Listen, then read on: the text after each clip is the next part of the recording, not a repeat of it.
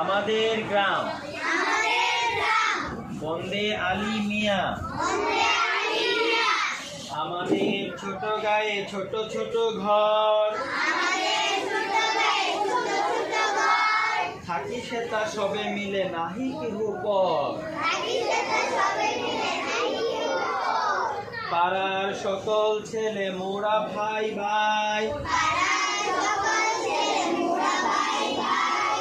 একসাথে খেলি আর পাঠশালে যাই।